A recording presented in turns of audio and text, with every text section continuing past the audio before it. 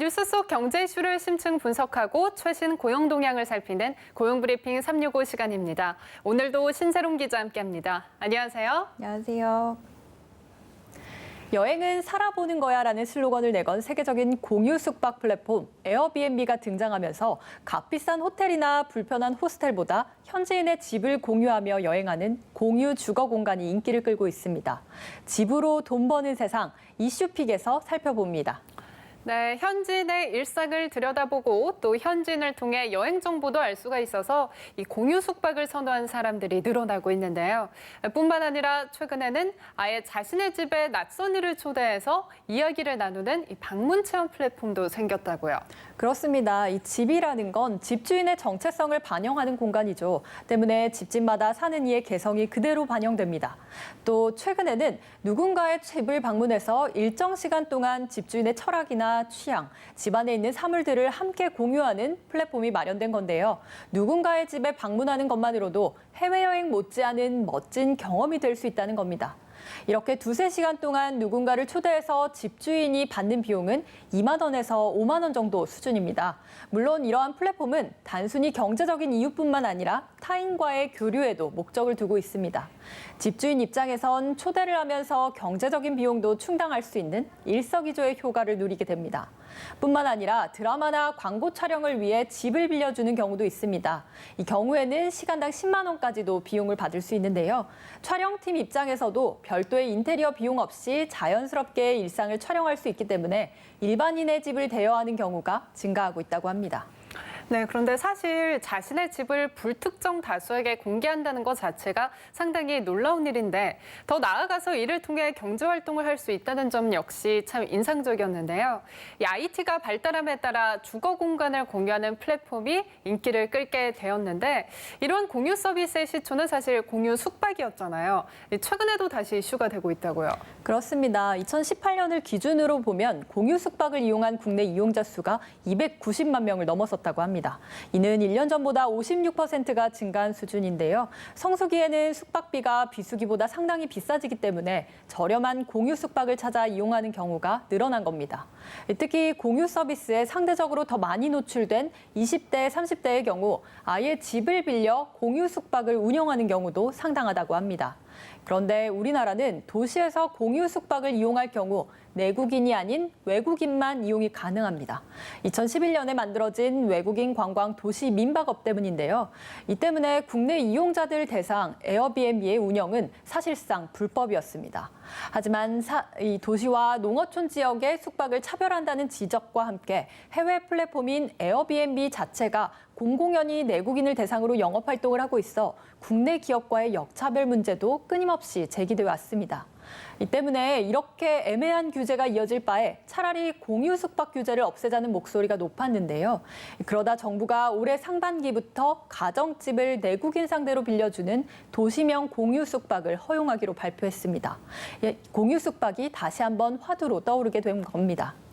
네, 지난해 1월에 홍남기 경제부총리가 주재한 제5차 경제활력대책회의에서 내국인을 대상으로 한 공유 숙박업을 허용하겠다며 밝혔지만 사실 한동안 논의조차 되지 않고 있다가 연말이나 돼서야 가까스로 규제가 풀렸어요. 하지만 문제는 규제가 풀렸다고 해도 이에 따른 또 다른 규제가 생겼다고요. 그렇습니다. 일단 규제가 풀린 건 한국형 에어비앤비인 위홈에서만 풀렸는데요. 그런데 이 다음에도 규제는 또 붙습니다. 규제 완화 기간은 4년간이며 1년에 180일까지만 내국인과 외국인 모두에게 공유 숙박 서비스를 제공할 수 있습니다. 역시 또 서울 1호선에서 9호선, 즉 지하철역 반경 1km 내의 실거주 가정집 4,000곳에서만 가능합니다. 여기에 빌려줄 수 있는 집은 주소지 등록 기준이 본인의 거주지여야 한다는 전제 조건도 있습니다. 그러니까 분명 국내 공유 숙박 기업을 위해 규제를 완화한 건 맞는데 여기에 경쟁력이 떨어지는 조건이 많이 붙게 된 것이죠. 네, 하지만 분명 기존의 숙박업을 보호하기 위해서는 어쩔 수 없이 따라오는 규제일 수도 있을 텐데 다른 나라의 경우에는 어떤가요? 네, 일단 이렇게 내국인 숙박을 규제하는 곳은 우리나라밖에 없습니다.